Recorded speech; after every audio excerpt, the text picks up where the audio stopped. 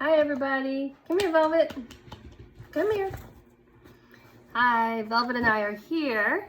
Yes, say hello, Velvet. Can you see the audience? Can you see them? Is this one just the cutest or what? Mwah. Velvet and I are here, and we are reading There's a Boy in the Girls' Bathroom by Lewis Soccer. And today we're on chapter 26. Okay, now we'll get started.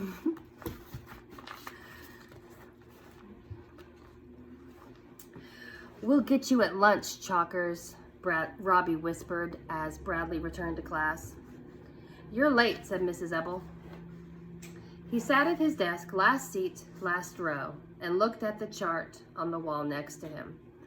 Of course there were no gold stars next to his name. He had already done 3 things wrong. First, he had knocked over a girl and made her cry. Second, he was late getting back to class. And third, and worst of all, his name was Bradley Chalkers. As long as his name was Bradley Chalkers, he'd never get a gold star. They don't give gold stars to monsters. They beat up monsters. He looked around at Jeff, Robbie, Russell, and Brian. He had to concentrate very hard to keep from crying. The worst part wasn't getting beaten up. The worst part was that he knew everyone would love it so much. He imagined the whole school, the boys, the girls, and even the teachers standing by and cheering as Jeff's gang took turns hitting and kicking him. When the bell rang for lunch, he slowly took his paper sack out of his desk. We'll be waiting for you outside, Jeff said to him. Bradley watched him walk out the door. He walked slowly towards the front of the room and then suddenly dashed out the other door and into the hall. Bradley, come back here, Mrs. Ebel yelled. He kept running. So what if he got in trouble? What difference does it make? He pulled on the door to the library. It wouldn't budge. The library was closed during lunch. He tried to think of somewhere else that he would be safe. There he is, said Doug, stepping out of the auditorium. Bradley turned and ran back the way he had come. He rounded a corner and then stopped and made a quick and desperate decision. He opened the girl to the girls' bathroom, closed his eyes, and stepped inside. He opened his eyes. Luckily, the room was empty. He held his breath and listened. Nothing could be worse than being beaten up inside a girl's bathroom. They'd probably stick my head in a girl's toilet, he thought. He waited. He didn't hear anything.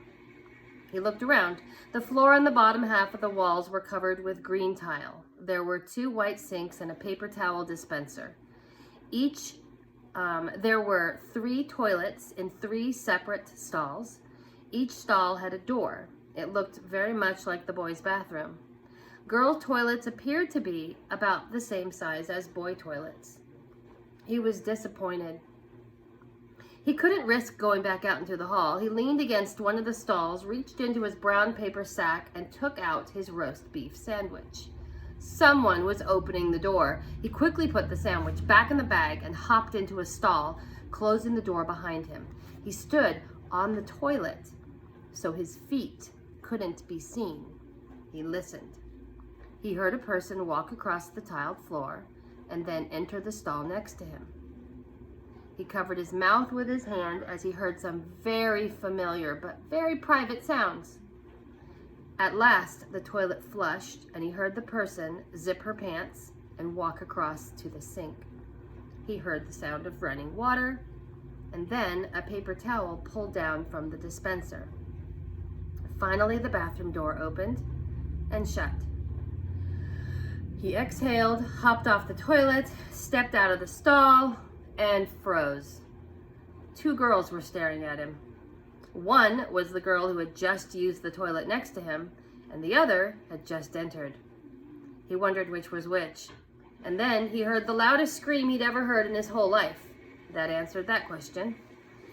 He darted past them, opened the door, and flew into the hall. He rounded a corner, came to a door, and pounded wildly on it until it opened.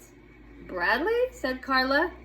Hello, Carla. He held out his hand. It's a pleasure to see you today.